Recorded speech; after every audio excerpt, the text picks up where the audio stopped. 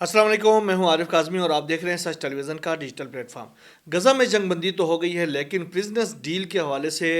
Hamas اور اسرائیل کے درمیان جو ڈیڈ لاک ہے وہ ابھی تک برقرار ہے، اور دونوں طرف سے جو مطالبات ایک دوسرے کے سے کیے جا رہے ہیں وہ مطالبات ایسے ہیں کہ ابھی فی الحال فلفل نہیں ہو پا رہے۔ خاص طور پر حماس کی جانب سے یہ کہا گیا ہے کہ جب تک پچھلے 6 قیدیوں کی رہائی کے بدلے میں جو 602 فلسطینی قیدی اسرائیل نے رہا کرنے تھے، جب تک ان قیدیوں کو رہا نہیں کیا جاتا، قیدیوں کی رہائی کے حوالے سے جو اگلا مرحلہ ہے اس کے اوپر مذاکرات بالکل بھی نہیں کیے جائیں گے۔ اور اس حوالے سے ہمارا جو موقف ہے وہ اٹل ہے کہ پہلے پچھلے والے قیدیوں کو، جو 602 قیدی ہیں، ان کو رہا کر دیا جائے۔ اس کے بعد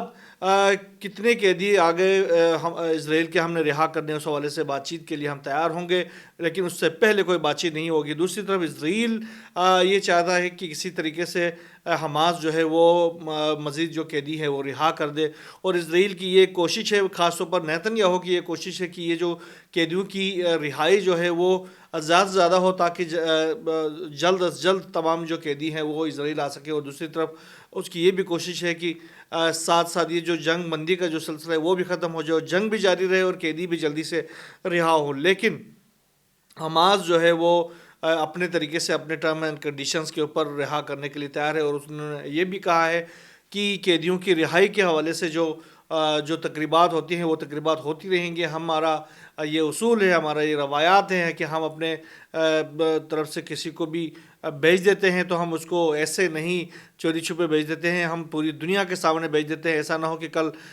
بینجامن نیتن یاہو کا ہے کہ ہمارے اس قیدی کے ساتھ یہ غیر انسانی سلوک کیا گیا، اس قیدی کے ساتھ یہ غیر انسانی سلوک کیا گیا۔ اسی لیے یہ ہونا ہے، اسرائیل نے یہ سارا کچھ کرنا ہے، یہ دھوکہ بازی کرنا ہے، اسی لیے ہم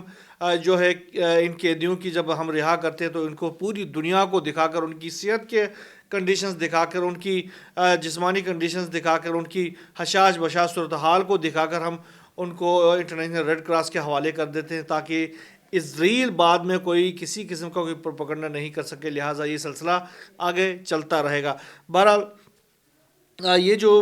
ابھی جنگ بندی کے حوالے سے جو ڈیڈ لاک برقرار ہو گیا، اس کے حوالے سے خود اسرائیل کے اندر بڑی تشویش کا اظہار کرنا شروع ہو گئے۔ وہاں کے جو حکام ہیں وہ خاص طور پر جو سیکیورٹی حکام ہیں، انہوں نے نیتن یاہو کو انہوں نے باقاعدہ وارننگ دے دی ہے۔ شاباک کے جو سربراہ ہیں، اور اس کے ساتھ ساتھ جو پریزنس ڈیل کے حوالے سے جو مذاکرات چل رہی ہیں، اس میں جو فوجی حکام کے جو ڈیلیگیٹس ہیں، انہوں نے بھی، جو اعلیٰ عہدیدار ہیں، انہوں نے بھی نیتن یاہو کو خبردار کیا ہے کہ اگر قیدیوں کو رہا نہیں کیا گیا تو تل ابیب کو خطرناک نتائج کا سامنا کرنا پڑ سکتا ہے۔ آپ اندازہ لگائیں،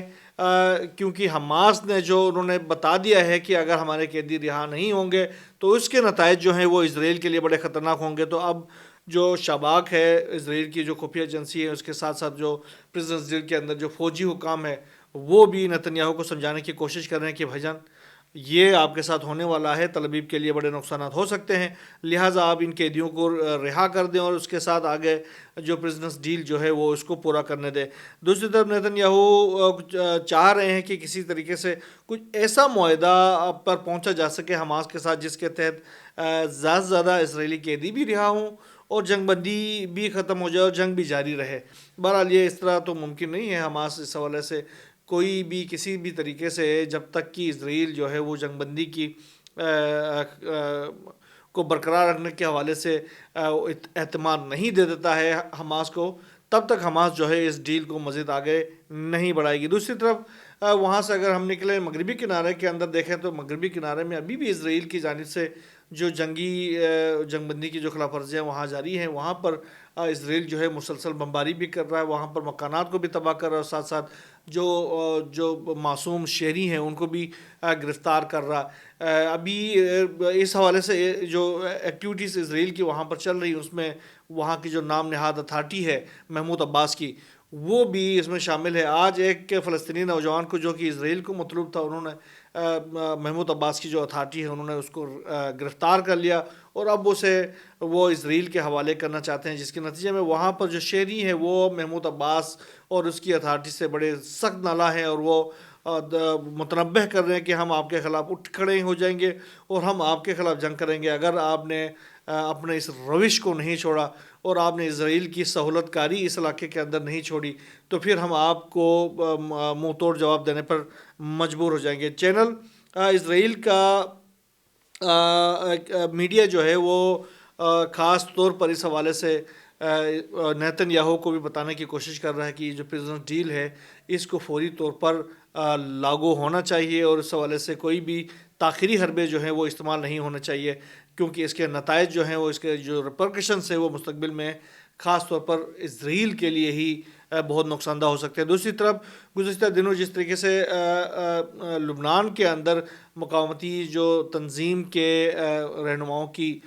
فنرل ہو گئی ہے، اس کے بعد اسرائیل کے اندر ایک انجانہ سا خوف جو ہے وہ بھی وہاں پر سر اٹھانے لگا ہے۔ جو رش تھا، جو ہجوم تھا، وہاں پر تقریباً 13 لاکھ سے زائد افراد وہاں پر جمع ہو گئے تھے۔ اس کو دیکھنے کے بعد اب اسرائیل کی میڈیا بھی، اسرائیل کے عوام بھی یہ کہنے پر مجبور ہو گئے ہیں کہ یہ کوئی خاص، یہ صرف کوئی فنرل نہیں تھا، یہ کوئی جنازہ کی تقریب نہیں تھی، یہ جنگ بندی اسرائیل اور لبنان کے اندر جنگ بندی کے 60 سے 70 دنوں کے دوران حزب اللہ کی ایک طرح سے دوبارہ سے کھڑے ہونے اور اپنی طاقت پکڑنے، اور اس کی تنظیم نو، اس کی صفوں کی تنظیم نو کے حوالے سے یہ پیغام دے رہا ہے کہ اسرائیل مزید کتنا مضبوط ہو گئی ہے ان افراد کی، ان رہنماؤں کی شہادت کے بعد سے۔ اس کے بعد سوال اٹھانا شروع کر دیا میڈیا نے بھی کہ کیا واقعی ہم جیتے ہیں یا پھر وہ جیتے ہیں؟ اب اگر وہ ہارے ہیں تو پھر یہ اتنا بڑا رش، اتنا 13 لاکھ سے 14 لاکھ کے قریب لوگوں کا رش، وہ کون لوگ تھے جو وہاں پر ان دو شہداء کے لیے اٹھے تھے؟ اگر حسن نصر اللہ کی وہاں پر اگر کوئی اس میں محبت میں کمی ہو گئی، اس کی پرسنالٹی ڈاؤن ہو گئی ہے، یا سید ہاشم صفی الدین یا پھر حزب اللہ جو ہے وہ عوام میں غیر مقبول ہو گئی، تو پھر یہ 13 لاکھ کے قریب لوگ کیوں اٹھ کے وہاں پر آ گئے؟ تو اس کا مطلب ہے کہ ہم ہی ہارے ہیں۔ اتنی شدت کے ساتھ ہم نے ان کے رہنماؤں کو بھی مارا، علاقوں کو بھی تاراج کیا، اس کے باوجود ہارے ہم ہیں، کیونکہ یہ جو 13 لاکھ کے قریب جو لوگ اٹھے ہیں یہ جو ہے وہ کوئی معمولی لوگ نہیں ہے۔ یہ سمجھے کہ حزب اللہ کی تنظیم نو ہے، اور حزب اللہ جو ہے وہ ایک بہت بڑی طاقت بن کر ابھری ہے۔ دوسری طرف جو اسرائیل اور حزب اللہ کے درمیان جو جنگ رہی ہے، اس میں شمالی فلسطین جو اسرائیل کے جو علاقوں میں جو نقصانات ہوئے ہیں اس کی ایک تفصیل جو ہے اسرائیلی گورنمنٹ کی جانب سے جاری کی گئی ہے، جس کے مطابق تقریباً اس جنگ کے اندر 9 ارب شیکلز کا اسرائیل کو نقصان پہنچا ہے۔ حزب اللہ اور اسرائیل کے درمیان صرف جنگ بندی کے حوالے سے، حماس کی ہم بات نہیں کر رہے، اس میں تقریباً جو 5.5 ارب شیکل جو ہے وہ براہ راست نقصانات کا سامنا کرنا پڑا ہے، جبکہ 3.5 ارب جو شیکلز ہیں وہ بالواسطہ نقصانات کا سامنا کرنا پڑا ہے۔ 2900 سے زائد اسرائیل کے اندر عمارتیں تباہ ہو گئی ہیں، جس میں سے 278 عمارتیں وہ ہیں جو کہ تعلیمی ادارے تھے، جہاں پر اسرائیلی فورسز نے اندر اپنی پناہ لی ہوئی تھی، جس کو حزب اللہ نے مجبوراً ان تعلیمی اداروں کو تباہ کر دیا، کیونکہ وہاں پر اسرائیلی فورسز نے اپنی رہائش اختیار کی ہوئی تھی اور وہیں سے وہ لبنان کے اوپر حملہ آور ہو رہے تھے۔ تو حماس، حزب اللہ نے مجبوراً ان عمارتوں کو بھی تباہ کر دیا، جس کے نتیجے میں 278 اسرائیل کے اندر جو سکولز تھے ان کی عمارتیں تباہ ہو گئی ہیں، 2900 دیگر عمارتیں ہیں وہ تباہ ہو گئی، 103 عمارتیں اس میں مکمل طور پر جو ہیں وہ تباہ ہو چکی ہیں، جس میں کوئی چیز نہیں بچا ہے۔ باقی عمارتیں جو ہیں وہ جزوی ناکام تباہ ہو گئی ہیں، لیکن وہ رہائش اختیار کرنے کے قابل نہیں ہے۔ یہ صورتحال وہاں پر ہو گئی ہے، اس کی تفصیلات جو ہیں وہ اب اسرائیل کی جو گورنمنٹ ہے اس نے باقاعدہ طور پر جاری کی ہے۔ اس کے علاوہ حزب اللہ کے حملوں نے اسرائیل کی شمالی سرحدی علاقوں میں جو عدم تحفظ لوگوں میں پھیلایا ہے وہ ایک بہت بڑا نقصان ہے، جس کے نتیجے میں ابھی بھی جو وہاں کے جو شہری ہیں شمالی اسرائیل کے، وہ اپنے گھروں میں آنے سے کتراتے ہیں، وہ انکاری ہیں، وہ نہیں آنا چاہتے اپنے گھروں میں، کیونکہ ان کو خوف ہے کہ اسرائیل جو ہے وہ کسی بھی وقت ان تنظیموں کے خلاف دوبارہ سے جنگ چھیڑ سکتا ہے، جس کے نتیجے میں وہ تنظیمیں بھی اپنی کارروائیااں کرنے پر مجبور ہو جائیں گے، اور جس کے نتیجے میں ان علاقے کے اندر جو بھی واپس آئے گا اس کو نقصان ہو سکتا ہے۔ اب آپ اندازہ لگائیں کہ جو جنوبی لبنان کے جو علاقے تھے جو ہی وہ وہاں سے اسرائیل کا جو انخلا ہو گیا ہے، بلکہ کچھ علاقوں میں تو لوگوں نے، وہاں کے رہائشیوں نے زبردستی آ کر اسرائیل کو وہاں سے انخلا کرنے پر مجبور کر دیا. کچھ علاقوں میں ابھی بھی اسرائیل کے فورسز موجود ہیں جن کو واپس جانا ہے. اب اس حوالے سے بھی آگے آنے والے دنوں میں کشیدگی میں اضافہ ہو سکتا ہے. دوسری طرف اگر ہم فلسطین کے اندر دیکھیں تو فلسطین میں دیکھ لیجئے گا سارا غزہ ملبے کا ڈھیر بنا ہوا ہے. اس کے باوجود لاکھوں کی تعداد میں لوگ جو ہیں وہ اپنے ان گھروں کی طرف واپس آ رہے ہیں. ان کو کوئی خوف نہیں ہے کہ اسرائیل حملہ کرنے دے حملہ، ان کو اس سے کوئی ایشو نہیں ہے. لیکن اسرائیل کے اندر اتنا خوف و ہراس پھیلا ہوا کہ اس کے جو شہری ہیں وہ شمالی اسرائیل کی طرف آنے سے بالکل کتراتے ہیں، وہ نہیں آ رہے ہیں. اور وہاں کے جو حکام جو ہے وہ ان کو سمجھا بجھا کر تھک گئے ہیں، لیکن وہ عدم تحفظ کا شکار ہے. اور یہ جو عدم تحفظ ہے ایک اور بہت بڑا نقصان ہے. دوسری طرف اگر ہم رک کرے شام میں، تو شام کے اندر جب سے وہاں کی جو نئی گورنمنٹ وجود میں آئی ہے بشار الاسد کے فرار کے بعد سے، تو حالات انتہائی کشیدہ ہوتے جا رہے ہیں. مختلف علاقوں کے اندر بالکل انسٹیبلٹی آ گئی ہے. اب جو علاویز ہیں، میں نے کئی بار آپ لوگوں کو میں نے اس حوالے سے انفارم کیا تھا کہ جو نئی گورنمنٹ ہے وہ خاص طور پر جو سیکٹیرین گروپس ہیں اور ایتھنک جو گروپس ہیں ان کے خلاف جو ایکٹیویٹیز وہ کر رہے تھے، اور بشار الاسد کے جو لائل لوگ تھے ان کے خلاف جو تادیبی کارروائیاں وہاں ہو رہی تھی، اس کے بعد اب وہاں پر ریزسٹنس نے سر اٹھانا شروع کر دیا ہے. اب علاویز نے باقاعدہ بہت بڑا ریزسٹنس انہوں نے اپنا تیار کیا ہے. اس کے بعد سے اب انہوں نے اپنی الگ ریاست کے لیے جدوجہد کا آغاز کر دیا ہے. انہوں نے اپنی ریاست کا نام رکھ دیا ہے علویہ ریاست، اور اس کے ساتھ ساتھ انہوں نے اپنا ایجنڈا جاری کر دیا ہے. اور اس کے ساتھ اپنے اسی ایجنڈے کے اوپر انہوں نے باقاعدہ نئی گورنمنٹ کے خلاف انہوں نے جو مقامات کا جو سلسلہ ہے وہ بہت تیز کر دیا. اس کے نتیجے میں ابھی نئی گورنمنٹ کے اوپر مختلف جگہوں میں مسلسل ان کے فورسز کے خلاف حملے ہو رہے ہیں. اور دوسری طرف ایون جو دمشق اور اس کے مضافاتی علاقوں میں بھی نئی گورنمنٹ کے جو فورسز ہیں ان کے خلاف لوگ اٹھ کھڑے ہوئے ہیں اور وہ ان کے اوپر حملے کر رہے ہیں. ابھی گزشتہ دنوں نئی فورسز جو حکومت کے اہلکاروں نے جناب سیدہ زینب سلام اللہ علیہا کے جو مزار ہے اس کے اوپر بھی پابندیاں عائد کر دی، اس کے دروازے بند کر دیے، اس کو لاک کر دیا ہے اور زیارات کے لیے اس کو مکمل طور پر بند کر دیا گیا. حالانکہ ان کے جو مجاورین تھے انہوں نے بڑی کوشش کی، وہاں کے جو کمیونٹی تھی اس علاقے اس زیارت کی روزے کی جو دیکھ بھال کرنے والے لوگ تھے انہوں نے بڑی کوشش کی کہ اس کو کھلا رکھا جا سکے، لیکن نئی گورنمنٹ کے اہلکاروں نے اس کو بند کر دیا. اب یہ جو سیکٹیرین ایکٹیویٹیز نئی گورنمنٹ کر رہی ہے اس کے نتیجے میں بھی وہاں پر ایک انریسٹ ہے. دوسری طرف ترک فورسز اور جو کرد فورسز کے درمیان جو مزاحمت کا جو سلسلہ ہے، ایک دوسرے کے خلاف جو جھڑپیں ہیں وہ بھی اسی طریقے سے جاری ہے. ہم یہ کہہ سکتے ہیں کہ اس وقت شام جو ہے وہ ایک بہت بڑے انریسٹ کی طرف مسلسل جا رہا ہے، اور وہاں پر جگہ جگہ جو ہے وہ لوگ جو ہیں وہ نئی گورنمنٹ کے فورسز کے خلاف اٹھ کھڑے ہو رہے ہیں. ایران اور امریکہ کے درمیان کشیدگی میں بھی ایک بار پھر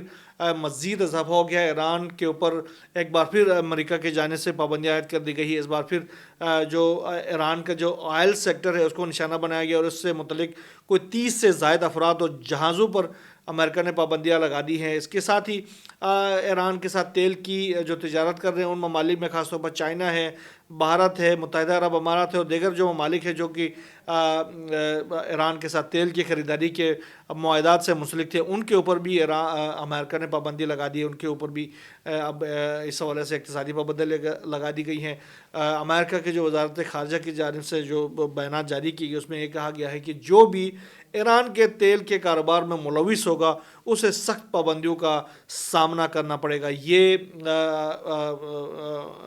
ٹرمپ گورنمنٹ کے احکامات ہیں اس حوالے سے. دوسری طرف ایران کے جو حکام ہیں انہوں نے بھی کہا کہ بھئی ہم اس طرح کی کوئی پابندیاں تسلیم کرنے کے لیے تیار نہیں ہیں. ہماری جو تجارت ہے ہم ایک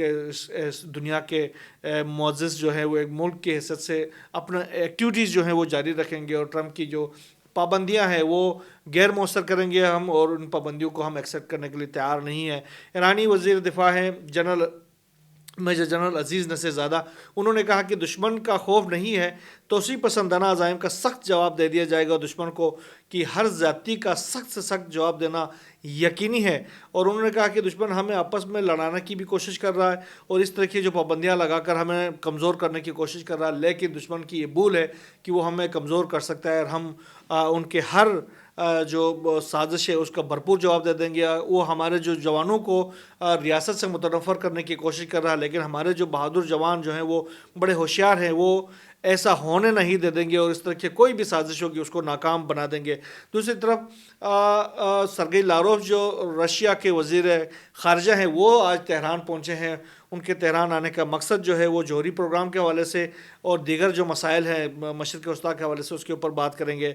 دونوں ملکوں کے تعلقات کے حوالے سے بات چیت ہوگی. ایران کے جوہری پروگرام کے اوپر وہ لوگ بات کریں گے. شام سمیت مشرق وسطیٰ کے جو تمام تر جو صورتحال ہے اس کے اوپر یہ بات چیت کریں گے. یہ بڑا اہم دورہ ہے سرگئی لاروف کا. اس کے حوالے سے جو بھی ابھی وہ پہنچے ہیں نئے ڈیولپمنٹس جو بھی سامنے آتے رہیں گے انشاءاللہ آپ سے شیئر کرتے رہیں گے. دوسری طرف یوکرین اور رشیا کی جنگ کے حوالے سے امریکہ کی جانب سے ایک قرارداد لائی گئی تھی اقوام متحدہ کی سلامتی کونسل میں, جس کو یہ جو قرارداد ہے پہلی دفعہ ایک طرح سے سمجھے کہ یہ رشیا کے حق میں ایک قرارداد ہے جو کہ امریکہ کی جانب سے لائی گئی ہے. اس قرارداد کا مقصد یہ تھا کہ ایک تو جنگ بندی ہو, دوسری طرف وہاں پر جو اموات ہوئی ہیں اس میں اس کے حوالے سے اظہار افسوس کیا گیا تھا. اس قرارداد کو یورپی یونین کی جانب سے اس میں ترامیم لانے کی کافی کوشش کی گئی, لیکن جو کونسل کے جو اراکین تھے انہوں نے اس کو ناکام بنا دیا اور یہ بغیر کسی ترامیم کے تمام ترامیم کو مسترد کرتے ہوئے یہ قرارداد منظور ہو گئی ہے. اور اس میں جو ترامیم لانے کی جو یورپی یونین کی جو کوشش تھی اس کو پھر روس نے پھر ویٹو کر دیا. تو یہ آپ اندازہ لگائیں کہ اقوام متحدہ کے اندر بھی اب امریکہ جو ہے وہ پہلے کبھی سرپرست ہوا کرتا تھا یوکرین کا, اس سارے جنگ کے اندر ان کو جدید سے جدید اسلحہ دے دیا, ان کو مالی امداد دے دی. ٹرمپ نے خود کہا تھا کہ ہم نے 400 سے 500 ارب ڈالر یوکرین کو دے دیا ہے. اب آپ اندازہ لگائیں کہ ٹرمپ کے آنے کے بعد امریکہ بالکل ایک الگ بلاک میں کھڑا ہو گیا ہے اور اس نے رشیا کے ساتھ بالکل ڈٹا ہوا ہے. اور یوکرین کے حامی کون ہے؟ فرانس ہے, جرمنی ہے, یعنی یورپی یونین اور نیٹو جو ہیں وہ اب فرانس کے سامنے ساتھ کھڑے ہیں. اور جو ٹرمپ انتظامیہ ہے امریکہ جو ہے وہ اس وقت رشین بلاک میں کھڑا نظر آ رہا. تو آنے والے دنوں میں یہ ایک بہت بڑا تصادم اس حوالے سے بھی دیکھا جا سکتا ہے, کیونکہ ٹرمپ نے جس طریقے سے پابندیاں لگا دی ہیں یورپی یونین کے اوپر, پابندیاں نے جو ٹیرفز جو لگا دی ہے, خاص طور پر جو آٹو موبائل انڈسٹری ہے, میڈیسن کی انڈسٹری ہے, ٹیکنالوجی کی جو انڈسٹریز ہے ان کے اوپر جو ٹیرفز لگا دیے ہیں, تو اس کے نتیجے میں پہلے سے کشیدگی چل ہی رہی ہے. اب جو یوکرین کے معاملے میں آپ دیکھیں ٹرمپ جو ہے انہوں نے اس کی تمام تر جو امداد تھی یوکرین کی وہ انہوں نے معطل کر دیا, اس کو احمق شخص قرار دے دیا. دوسری طرف یورپی یونین کہہ رہی ہے کہ یہ جو بندہ جو ہے وہ یوکرین کا جو جائز نمائندہ ہے, لہٰذا ہم اس کے ساتھ کھڑے ہیں اور اس کو ہم حمایت بھی کرتے ہیں, اس کو مالی مدد بھی فراہم کرتے رہیں گے. آج بھی میکرون جو ہیں وہ فرانس کے پریزیڈنٹ وہ پہنچے تھے امریکہ اور ان دونوں کی ملاقات ہوگی ٹرمپ اور میکرون کی. انہوں نے خاص طور پر یوکرین کے حوالے سے بات چیت بھی کی. اس کے بعد جب انہوں نے میڈیا ٹاک کیا ہے تو اس دوران ٹرمپ سے سوال کیا گیا کہ آپ اس کو صدر پوٹین کو کیا آپ ڈکٹیٹر مانتے ہیں, تو انہوں نے اس کا جواب نہیں دیا. عامر کہنے سے اس نے گریز کر لیا. یہ آپ اندازہ لگائیں, انکار کر دیا, بلکہ انہوں نے کہا کہ نہیں بھائی میں اس کو عامر نہیں مانتا. وہ لیجٹیمیٹ ایک پریزیڈنٹ ہیں اور وہ اپنے عوام کے ووٹوں سے جیتے ہیں. دوسری طرف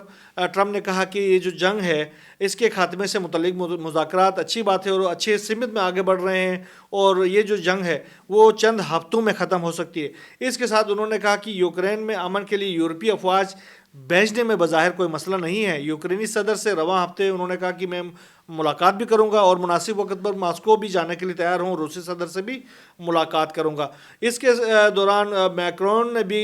کہا کہ ہمارا مقصد یوکرین میں دیرپا امن قائم کرنا ہے اور یوکرین کو سلامتی کی ضمانت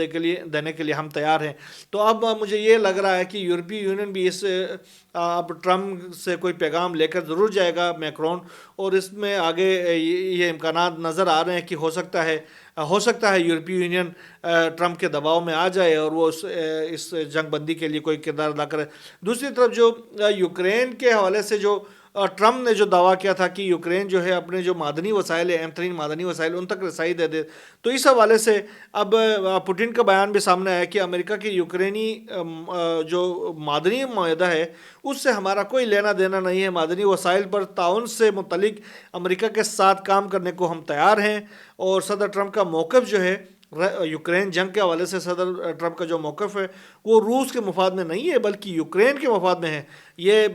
پوٹن کہہ رہا ہے. تو یوکرین کے مفاد ہے, یوکرین کو اس سے فائدہ اٹھانا چاہیے اور اس جنگ کو ختم کرنے کے حوالے سے اپنے موقع میں نرمی لانا چاہیے, ورنہ تباہی اس کی مقدر ہوگی. یوکرین سے متعلق مذاکرات میں یورپی یونین کی شرکت میں بھی بظاہر کوئی حرج نہیں ہے, یہ یوکرین صدر پوٹن نے کہا ہے کہ اگر وہ مذاکرات میں شامل ہونا چاہتے ہیں تو ان کو مذاکرات میں شامل ہونا چاہیے, اور کوئی ایشو نہیں ہے ہمیں. اب یہ جو میکرون نے جو ملاقات کی ہے اس کے بعد امکانات یہ ہیں کہ آنے والے دنوں میں جو یوکرین جنگ کے حوالے سے جو مذاکرات ہوں گے اس میں شاید جو ہے یورپی یونین بھی کردار ادا کرے, اور اس کے بعد آگے یہ جنگ جو ہے چند ہفتوں کے اندر ختم ہو سکتی ہے. بہرحال جو بھی نئی ڈیولپمنٹ سامنے آتی رہیں گی انشاءاللہ ان تمام ڈیولپمنٹس کے اوپر ہماری نظر ہے, ہم آپ سے شیئر کرتے رہیں گے. یہاں بس اتنا ہی, اللہ حافظ.